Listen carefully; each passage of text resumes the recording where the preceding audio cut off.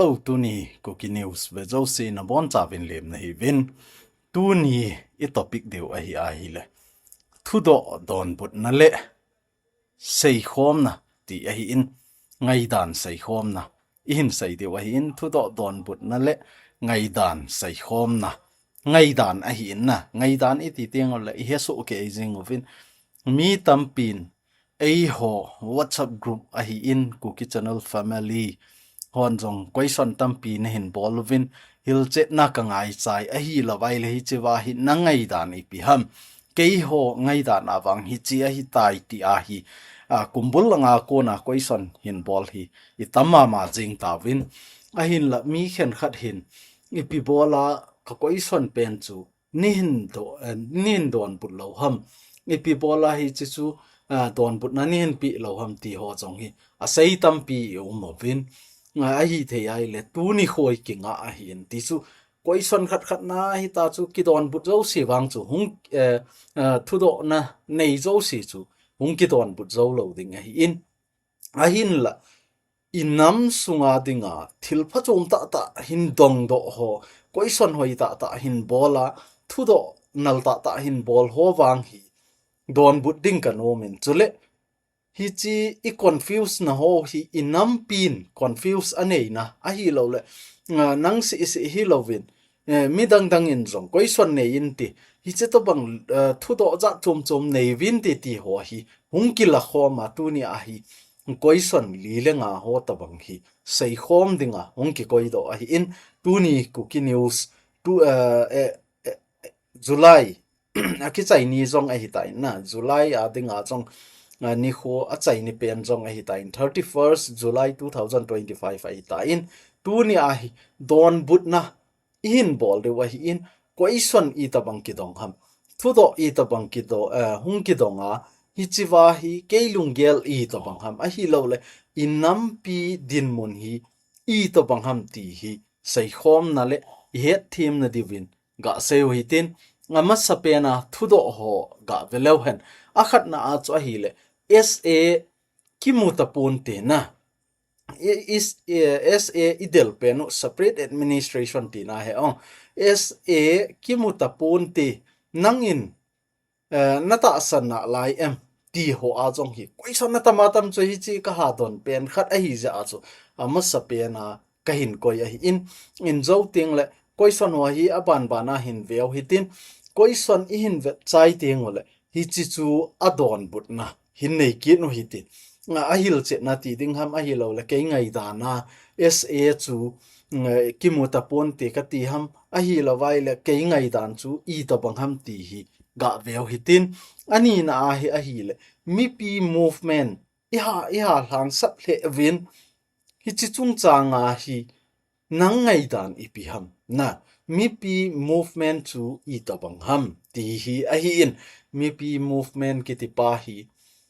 thei han lang abula patna chu an ki chi pi han lang he lawang chu tu ni chan ge ya hi chi chan ge ya gen thei ha sat na hi chi sanga jong na san mai thei a hi wanga tu ni chan ge ya wa I tho ta lo mai theu hi ti jong hi ka sei do no me nei nga thum na a hi ga ve ki lew han nam lam kai ho jong ka ta san ta poi ti hi mi tampi o mo chu na mi tampin I han ha sei pe no chu tu le tu a I gam ke vai po dan a hi lawai le inam sunga vai hom ho nam lam kai hi ta hi lo le CSO lam kai ta in pi lam kai hoi ta hi cho jong hi I vet na hi le a vai hop dan a thu sei dan ho hi SA chung chang mong a ki sei do ta po in a hi le hi chiwa hi nangin I ta bang lungel na ne yam lam kai ho hi ta san thei na ta san na alai ham a hi lawai le ke hon wang ka ta san zo ta po vi ta mi pin hon lam kai ho chunga ta san nahi I chan ham khana ala sam tai ti ho chan ke jong ki question in eu a hi in a point li nahi ga velo hen mi pin sum leu sanga ti a pan ala u a hi tabo ve ti hi a hi in ti chu hi chi he the ne de wa chu mi tam pin thu endo o a hi lo le question pen hi ali na pa hi a hi le chun tu le tu a nupi ho duty ta chanu ho hi han ta chapa ho hi han duty bol ho hin sum leu sanga ti a chu duty abol a hi ta bo vi koima ama machama ki pedo a hi lo le igam ina ma dingai thasiang nom ta poi hi je a chu a hi THEI le hi chi chung changa hi nangin ipi na ngai to am tu a SA bon kimodinga koiman ta san talo a hi wanga lamkai hon hi chiwa duty dinga ummi a hi lawai le hi chini le hi chilai vengte duty dinga hi a hi lo le hi chilai khote chu tu ni a front line a duty dinga hi ti a ki sei ho hi nangin na ta san na layam mi pin koiman a ki ta san ta po in hong lo a kha a hi le lamkai hon sum hi zat na leu de wa hi sum hi zat na hin pi de wa hi ti a hi thu a sei ta wen hi je a chu mi pi hon jong hi chi sum leu sanga chu ti a hi duty a bol ai bo wen kinep na anei po we nangin ipi lungel na neyam ti hi question a hi in hiat thim deu ka ta sanin a question khat na a hi ga chiu tin a khat na piana hi a hi le SA kimu tapun ti nangin nata san nalai em ti a hi in hi chi chung cha nga hi ke ni do wa hi za chu ke lungel neo cha hin sailang kata sane na ke lungel a chu ken kata sane ipi bola SA kimu da ding ham tu le tu a jong hi idin mon pau hi veleu hen SA hi chu separate ki hi so administration pawang hi neu khat iwa na laiwa administration SA kiti chu aling ke ya chu ga seileu han separate administration separate ki hi ta na ai wanga administration hi neu khat kiwa na lai hi ei ho sunga administration pa hi wa da hi tu a hi e ho hin ingai to pau hi a hi le azat lom chom ingai to inampi thalhenga center to ke holding a chu SO ho ingan si tao SO ho ingan si wa ai le SO hon table tok anei theina diwa na center to ke ho theina dinga chu ama hon jong abula patna ahin patnu ngai so aji chu 2008 laya patna to gon ahin nei pau movement ahin nei pau talks ahin nei pau chu 2023 a chu ki chai ding dol la hitai hichiwa chu imu ding dol wa hitain ahin la hichiwa chu birin lunggel phatlo la pan khom pi ho phatlo ji a chu hichi separate separate anaki thum a hi po in hichla ya chu TC bo anaki thum a hi na territorial council atuma tu autonomous district kai ma ki vai pu na ding a hi lo le DC ho su ha na ding hoita function na ding ho Manipur government no ya chu anangai to wa hi na hin la hi china san chu meite ho lung thim phat lo ja chu ina penom povet ina su boy wa hi le tu May 3 2023 a hung ki boy wa pat na chu SOO hon jong 2023 a pat na hi chi pa chu a hielo ta chu masanga achi pi pau chu ke ho hla thei ta lo a hi lo le I thil thum pau chu sign bolding ko na meite hon isu boy phat na wa chu nge che pa chu kidal ha tu a hi 2023 a pa na chu a tha bi a mi pi lungdei banga chu separate administration ti a MLA hon a hin phon do dong jui wa chu tu a inam pin SA chu kidin pi hi ta chu a kidin pi dung jui a chu separate hi ha sa pen a hi mei teile kuki ki hendan na pa hi thil ha sata a hi a hin la pathienin lampi in got pi wa pathienin kuki cha te dinga hi ilampiu in sim pi wa kum khat ka a ha sapa chu kum khat ka gang ta center for so mang cha mei teile kuki ki phet khen ta na mei te atuma kuki atuma ki ta chu ichi chu separate he ta chu a hi le administration ti chu ai hon self government nei theina ding ithum ki no hi separate jong hi ding administration jong hi ding ti hi cho e ho thum hi e ho atuma ki vai po ding meitei government no ya ta lo ding ti hi hi chi hung ki thum pan a hin la hi chi in thum ni wa pa na in su ki lo hi point thum hen saying a khat na a chu min ti chu name sa pa wa sei ding a chu NAME na name pa hi min pa hi isu di lo chu in bol khel kha chu lam kai hon jong ka bol khel poi ati thei lo deu choi se ba hi Kuki hi wa a thi ho zo si jong chu ka ve to ngo Kuki sul Kuki ka hi poi ti a peng jong la hong thi ni ting la Kuki thi a thi chu ai le tu nia mei te to ga ki boy hi tha do hon jong tha do ka hi in ti a kap lo so vai phein jong vai phe ka hi ti a kap lo pai ten jong pai te ka hi ti a kap bong hi lo chu mar hon jong mar ka hi ti a kap moi lo chu Kuki ka hi ti a ki kap to a mei te to Kuki ki do hi chu ai wang e ho sunga hi acha chom hin bol wa hi le ni chiwa chu lam kai hon chong mi pi lung hol na khat ti ding ham a hi lo le mi pi pan khom thei na ding ti ham khat na hi in nam min hi azat za na modified a hin bol ta nga hi chi modified a bol pau hi point khat na ka sei cho hi min mandan su di masat ding ti a hi na point khat na ho sa point na ga ve leu chun min mandan hi isu di masat no ngai a hi i min mandan ti lo Kuki zo a hi lo le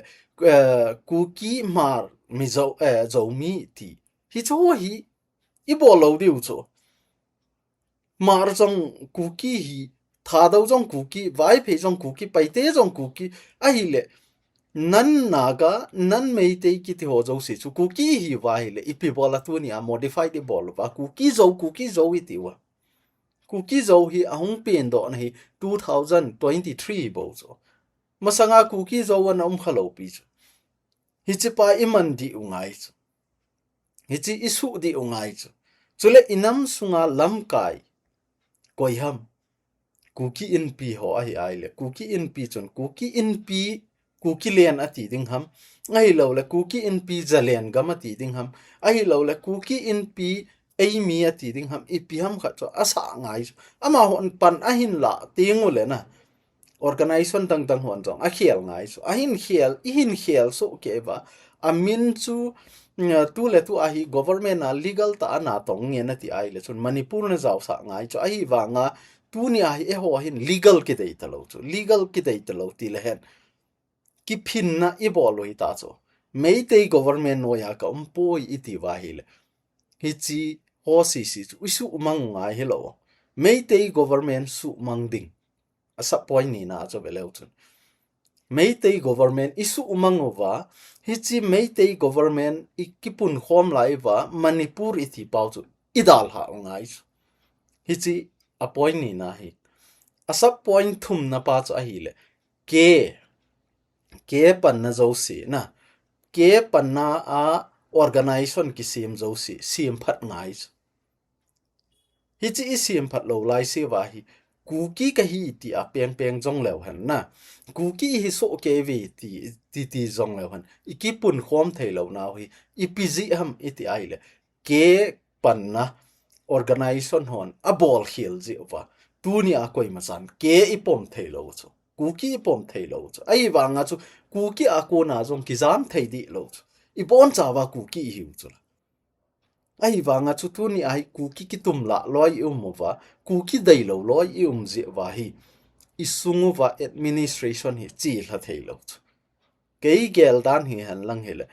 gal in nei wa mei te ho ta hung ki do ti lo wa pa na chu i min pau hi chi ta man ding za na modify ngai lo mei te government zo si su mang ding ipi police station hi ta ai lo vai le civil office ho hi ta a bona i kha de wa lom chula aji ki dei te lo chula mei te hon a government to ki tho a i do wai le tu ni chan ge a ipi bola e hon ama ho government i job na lai de o hi cho i su mangu ai hi ke tino mi nai aban le ke pan na a Kuki organization pan na zo se hi a hi the ai isu isim phat no ngai chu isu di ngai chu ipiham ti ho kevin ikitum la wa ipiham ti lo se sin kai poi iti pau hi idal ha ngai chu hi cho zo si su to na dinga chu ke organization zo se hi isim phat ngai chu tu ni a Kuki zo iti pau hi zo i pai la deu Kuki council iti deu ham Kuki in pi iti deu ham hi chi hi isem phat nungai cho khat zo isem phat deu hi chi chu ong ki sem phat ting le arm wing si ta ta na student wing si ta ta civil wing si ta ta hi chi wa cho a branch ama department a iki hop deu department hoi ta hi chi main pa chun ke in ahin kan khom zo si chu organize hoi ta ahin bol thei ting le sa chu imu deu tu ni a jong hi mi tampin ita san ta lo cho hi cho chu thilha sai tai separate administration ki muta ponte itiu na itiu hi je a chu ita san lo cho inam sung ki to lo dan ho i vet na hi le kita san ta lo mi pin jong kita san ta lo a hi le lam kai chunga jong doubt ke nei ta a hi le eima ta bi en jo ilung gela SM mudinga ki gel talo to hoilaya e mudi hoilaya chu ki su tu thei diu separate ki hita administration wa he cho hi chi administration sim do na dinga pan ila ngai chu tu ni a hi ke gel dan hi lang he la chun su extend ho jong na sa angai poi tu a government to tok nei te ding ti na jong ngai sa angai poi tu le tu a hi ngai sa ding a kho pen a poimo pen chu ipiham ti ai le ei ho sung ki ka ahi ki vai hop na khat na idin khom na lung thu ni le thum ngai lo pe khat na idin khom theina dewi ingai to ngai lung thu thum itiwa lung thu khat cho hung bo ai le bel ki sung thei lo cho lung thu ni ki bol jong le khat cho hung bo ai le khat si a chu ki sung thei lo cho ai wanga cho khat chu ki tu ta lien ta in sim le inop tung le han a bo na ding talo a si na ding talo a kina pi thei jong lo hi za a chu hi chi wa hi ei ho sunga administration isim do ni niule ngai chi center government hung in eki ho pi deu ei hon I thu ai sei thei deu center government in jong thula I nei deu tu a hi center government jong boys KZC ka ke pi deu ham su ka ke pi deu ham Kuki in pi ka ke pi deu Kuki nam sunga body khat chu ipi ham koi ho chu thu nei ham boy ta cho center government tu a hi het lo wang wa hi kang a hin bol du hi nge mi tam pin ni chewa koi sonin do pau jong hi adi na ta khat chu tu a hi mei te ho lunggel hi ipi ham ti ai le ama ho hin gal a bol chan wa hi ipi ti de ham ei ho dinga chance a ho yeti hi het no ta a het phat no wa hi ama ho ki kum ta loading idea bolding Kuki le naga kina sa ding Kuki le melong ho kina sa te ding hi chilang policy hi ape yuwa tu a hi chamna ika wa hi chamna theina dinga hi aja hin bol chu tu ai buffer zone in kho kalwa lo wa ki le mo wa ni ta hu buffer zone khu kang a su mang ding hi ta chu chen khom ki ding Kuki na ho jo si jong hi mei te gam hi Manipur integrity ke thelo ding hi ti policy achi piu chu hi chi hi ETM khana buffer zone in la ni niule ho thil thum wang chu ki chai di so hi wanga tu ni chan ge ya Kuki mei te gama ilu lo wa mei te Kuki gama ilu sa lo lai sewa wang chu ipan mono ki chi na lai hi ti hi het thim na diwa kain sai hi na sau zap tain nga ani na hi ga sai ki lo han mi pi movement chu to bang ham tu lai ta hi mi tampin mi pi movement public movement itivin a hi le tu a jong hi public ho aphat chenga movement nei aki hi chingin ti chu sepai ho tin ding ham a hi lo la ki phin na nei ding ham rally nei ding ham sit in protest nei ding ham mi pi ki zaw la hi chi vai mi pi movement hi lo ham a hi le mi pi movement chu atum be a ipi ham ti a hi mi tampin in do wa hi a khat na a chu Kuki nam sung lam kai khat bo hi ding na Kuki nam sunga lam kai khat bo I hi ngai hi chi kisem do de chu mi pin tu a hi anaki sim do sa ho a hi lo la za to a ki to lo ho inam sunga imu chula khanin organization khanin PR hin so la khat langin adem na ding hin so ding khanin na hin bol kit na la khat lang te na dem na ding a bol ding hi chi ho a hi ikin apply si wa I ma cha hi lo de wa hi mi pi movement ki ti chu mi pi ki ho to ding lam kai khat bo in ei de organization khat bo kinga ana thei in ei de adan chu tu ni a Kuki zo council itun do ta vai la Kuki zo council chunga chu I bon chawa I kingap mu ngai thu nei na zo si pi ungai ama ho sei zo si su izu yu ngai hi chu I bo lo lai se wa Kuki zo council chu ama machama hat ding hilo chu mi pin ito so tengo lebo hat dis mi pin I thu zo mo wa mi pin a bol zo se chu hingi ti a success theina ding zo se modified in bol so ke tengo le hung success dis organization chum loading organization chum to ai Kuki zo council chu Kuki taking up na hi in Kuki pomlo si sin ipi sim de wa masanga zo united iti pau chu ito so di hum ti hi azat chom lung thu in phu go na waile hi chite ni sung ki do ri asang zo ting hung ki chu ding hi chiteng la chon administration is sung wa am lo hi chiteng la chon people movement ke ti pa chong a fail na ding mi pin panala chai wanga ki fail dis hi ze a chu mi pin pan ila na so a fail lo na dinga ipi bol wam ipi bol ngai lam kai khat bo itun tiu lam kai za chom itun lo a kinel the itun lo tiu a kinel pi be hela organization khat bo in ei tiu hi chi wa chu mi pi zo se king up tiu mi pi zo se ni ta san tiu hi chi tieng la bo chun hung ha ding mi pi movement chu hoi ta ang chel ha ding chule how sa ki vai po na hi lo wa I bol ngai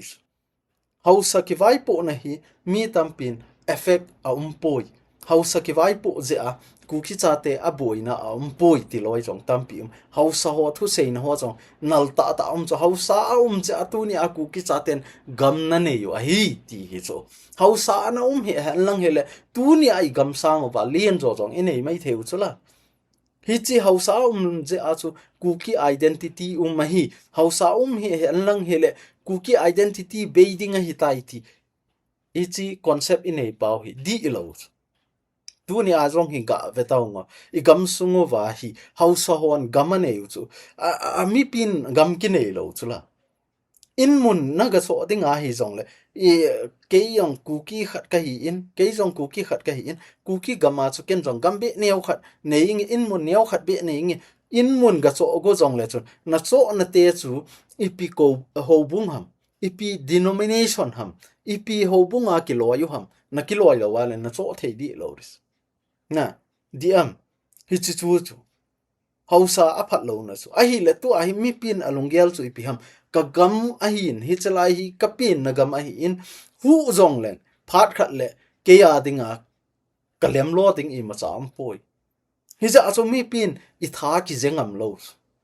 I tha in ze na I thi zong le a thi ki hi jing uile a thi a ki thi KOIMA jana I ki pe di lo a hi lo wai le I ji I cha te chu KOIMA ama hi I gam in ama dinga thi a hi in mun khat be pinge a hi lo wai le gam khat be pinge a ji a cha te a ki wa theina ti hi chi bol pinge lo pi chu I pi ji nam te government nei lo organization ni tam walo a thu nei ding ki su na hi cho chu thei lo chu tu ni a hi hoi ta ka seima banga chu hausa ki vai po na sumangu hi hausa ki vai po na pa hi I hielo ngai chu isu mang nom lo vai jong le I hielo ngai chu tu ni a kho cha ga ho na chen na zo siu nang ma pa ta hi tai I sim de wa hi ti han na sim mo han lang pe leo I pe bola me pin na tha jet ngam lo ding ka sei ma banga chu I gam ina ma ding a tu ni a pan la a thi ho hi ya adi ta chu nam pin I pi ham khat be I pi o ngai chu aji a cha ama thi nu nga aji a cha wa ding talo ama aji acha wa apanga igam ina ma dinga ngai lut na nei za hung ki pe do igam ina ma dinga hung thi nunga aji acha te chaga mei thaya wa na hi chi wa chu koi ham ahung ki pe do nom ding koi ham igam ina ma dinga tha jengam ding hi chi ngai to ngai chu thil ki ti hi leisi chunga chu na khat I to a hi la ga ngai aga lo wa koi ma cha na to nom lo pi hi chi chu hi ta lo wen tu ni a hi ke ka ha ne ke thal choi ka hi ken ka nop ka bol thei ti hon emun te na tek si ki la wa ne inop I bol wa hi chu ho sa nga hi I system hui khiel gol zo le han thing noi ho de nga jong I chan ham khana khonunga ama a be nunga jong aji acha dinga thil pa chom hi di su ai wa nga ama ho hi apil na pau hi apil kit noi chong ai wanga apil na pau hi thil phalo langa apil luis ka dam sunga ka in ko ka ji ka cha ka kisim do thei ding ti a pan langen I hi taw nampin I system mo khielo he khielo hi tin pan kilale ama ho sim ngai lo pis nampin kisim pi jing de to a Indian Army ho bang ahung thi tiang le a service a thi a hi le hi zat amuding aman hi chi award amuding ti ho jong a bol chula a thi nung ting jong la aji a chan suma sa no chula hi chu ho je a chu Indian Army ki thanum chula hi han lang ile koi ham tu a Indian Army a che de tu ni a hi e ho nam sunga panla a igam ina ma dinga panla nam se pai hi hen a hi lo la volunteer ho hi hen hi chu ho jong hi e hon hoita system khial hoitin mi khat bo organization leader a ki tung hen lang organization tam hi hen lang khat bo wa ni chi vai e hi chin thu thu na anei pa chu kichi pi the hen na igam ina ma dinga koi ta bangham khan wang se na to a hi le ama chu hi tin ki bowling aji acha ki wa pi ding aji acha ki wa na dinga hi chi ki pi ding bol lew han koi ham tu ni ai kama dinga hung ki pi do anom lo ding koi ham tu ni a volunteer dal ha azam ding mi khen khan ina se ai le lam kai ho vai ho dan na di lo chi hi ti khati I ti bi lam kai ho vai ho dan zi hilovin tu ni ai organization ni tambal tau Thudoh sei tam tau mi khat la khat ki dem I ha je wa mi tam pi na dal ha ai ka ti no me nai a je chu ke hin lam kai ro si rong ka ki mu pi a masanga chu ken rong ka na gel tho chu mi pi ho hi ni ta ha sa hi lam kai ho ji a hi ni chi ji a hi ni chi organization ji a hi ti a hi a hin la tu ai hoi ta research in bola analyze in bol zo ting le event na hi le mi pi ho ke la sam KOIMA chan mi pi akil hasam poi ti mai thewe mi pi kil hasam mi pi hin house ho jong ki to sot da han na lam kai ho jong ki to sot da la chang si wai pi bol tu mi pi be ya lam kai theilo hi a hin la mi pi hon jong hi ta chu lam kai ho ei ma phat chom na dinga hi le tia to sot loi hi je wai I bo yu chi je a hi mi pi movement hi hoi ta chil ha theilo hi keilungel a hi dan dung ria to a rong chu tampi kan sei ta in keilung gela cha hi le lam kai khat bo ki se mo hitin organization khat bo hoi ta son ho hitin organization dang ho su mang na ding ngai to hitin house ki vai pu na hi sumang ho hitin a hi the ya hi le ei ho society sunga khat na dinga jong thilpha khat na dinga jong thilpha Kuki society zo se a dinga Kuki community sunga ho zo se dinga hi phat chum na khat I system ba siam do le han ipi bola tu ni a mi pi movement success loading ham ti hi ka sei do no min tu ni a mi pi movement a hi tu a is o ho to table a to ding jong hi akito so ne ti a I pan wang wai a ging chalo tam pi je ba mi pi movement success thailo mi pin thanei thailo khanin lunggel hoita an sera hile ei lunggel to kito lo le no mang de pai mang de ama chu organization na ko na thai mang ding ti ho lunggel I nei je wa ki khang to thailo hi a hin la tu chan na su ho ingan si ta je wa chu su hon jong ke ho hi nam pi thalenga pan kala di wa hi le ti a chu ama hon jong a ground root to ahin tha pat no hi chu a bula pat na ahin pat ji wa chu tu ai te bola to theina dinga chu EPP ham government in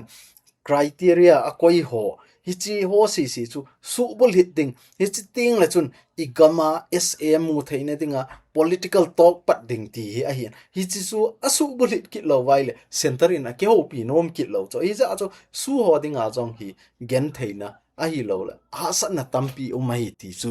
he theine de wa in se wa in athum na a hi la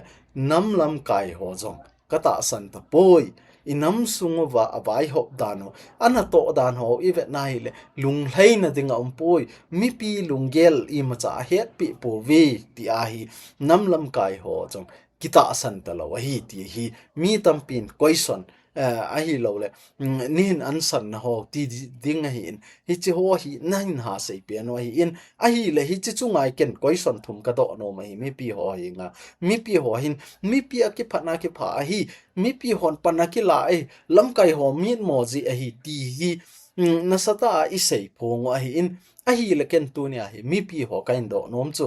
lam kai ka hi di poi ke rong mi pi ka hi na a hi wanga chu ka mi pi chan pi ho thu ka do nom chu I pi ham tile na lam kai na ta san lo le na lam kai na ta san lo le nang chu kon na hin ta san ding ham na hin ta san dem ti na lam kai na gam na nam na za chan pi na lam kai na ta san lo wa hi le koi ho chu na ta san de ham a hi lo wai le nang chu koi na hin ta san de ham ki kel tang khul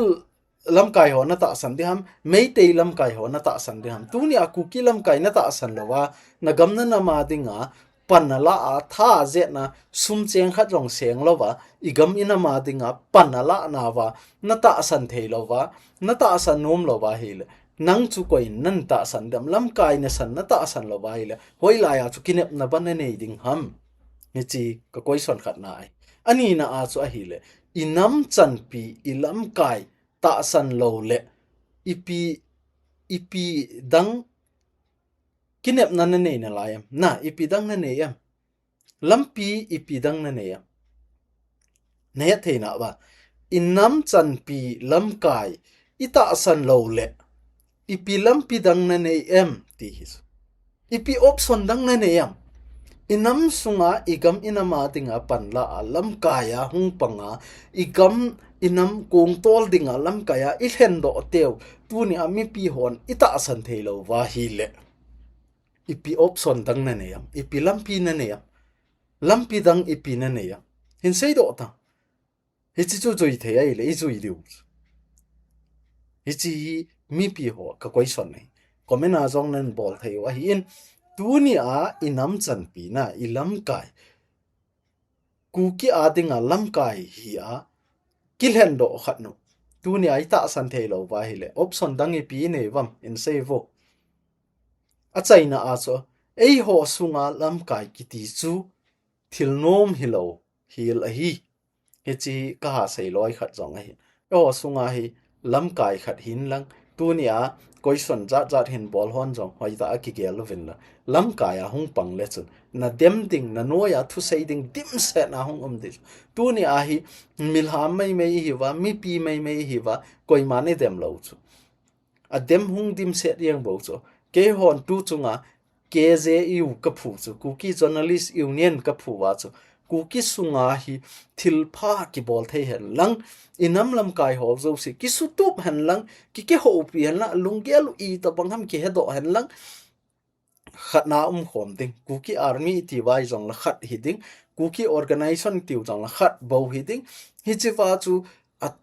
tribe a hi lo wai le a phunga ki khen na lo wa i ti su to thei ding ham ti hi panla na dinga KJU ka hin phu wa pan ka hin law la ka dei hi che wa chong chu gin chat lo ta organization lin ta hon chong dem na sang ta in bol lo cho aji chu na jong ki tong pan nai lo a hi lo wai le hi chi ka bol do win hi chi bol ding hi tai ti a announce i ma cha jong ki bol nai lo na Kuki journalist union ho hin tu a pa na hi chi Kuki NAMPI phat chom na dinga hi chi journalist a ki phu do tai ti a hong ki so do mai me ya chu nang hoi pi nei wam nang hi chi khu chi kha chi pa jing chu hi ja chu lam kai ki ti anom poi ti hi he no ngai chu mi pi hon lo tu ni a hi mi pi ne hi ja na dei na sei thei na nanop le lam kai jong na dem thei nanop le lam kai thu sei khat rong chu a sei khil na a sei kha na tam pi jong le a sei khil na po na cha na sei thei hiya ai wang lam kai hung hi le chun nangin mi khat si judge na bol thei ta lo ding na nam pum pi chu judge na bol ngai chu na nam pum pi a dinga chu lung na gel ngai chu tu ni a hi lam kalang ho ding thu sei le chun ka pu pi lang hong lung hang de ka pu pi lang ding gelin lang sei le chun chandil lang hong lung hang de chandila gelin lang sei le chun ting no pal ho lung hang de hi chi chu inam piu hi je a chu mi pi hon jo lam kai ka ta san poi a hi lo vai le inam sunga lam kai ho jong hi thula lo hi ti ai sei pau ngau hi ten hi chi sa nga hi thil pha he no vai i lam kai hi lu hi tin to sot no hi tin ki tho pi le wan na nam sung hang to zo ding hi ti pa chu nam lam kai chung chang a neo chai ga sei be theo hin tin tu hin a chai na jong hi tan tin mi pin jong sum leu sang a ti a pan ala a hi ta bo we ti pa hi a hi in hi chi hi alang khat na chu i vet nai le di tho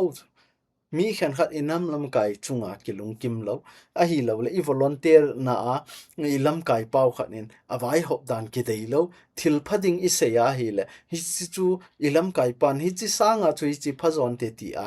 pan a hin la a hi le ilung kim lo wa hi ze a chu organization dang dang ki phu na a hi lo vai le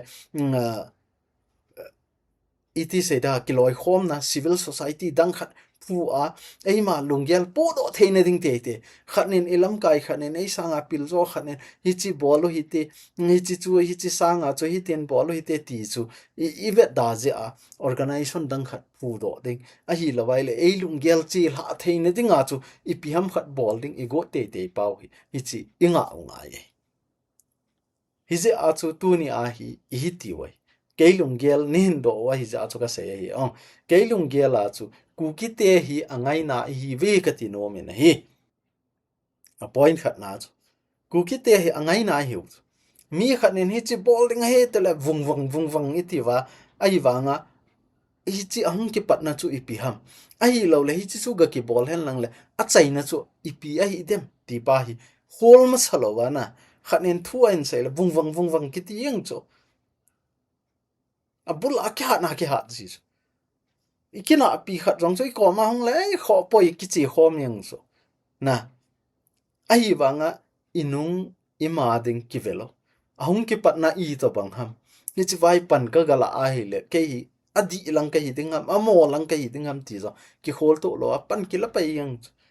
hi chi wa chu I lo ikina pi ki mu da pi ma khat rong chu I ko ma hong jong le ki pang khom ki yang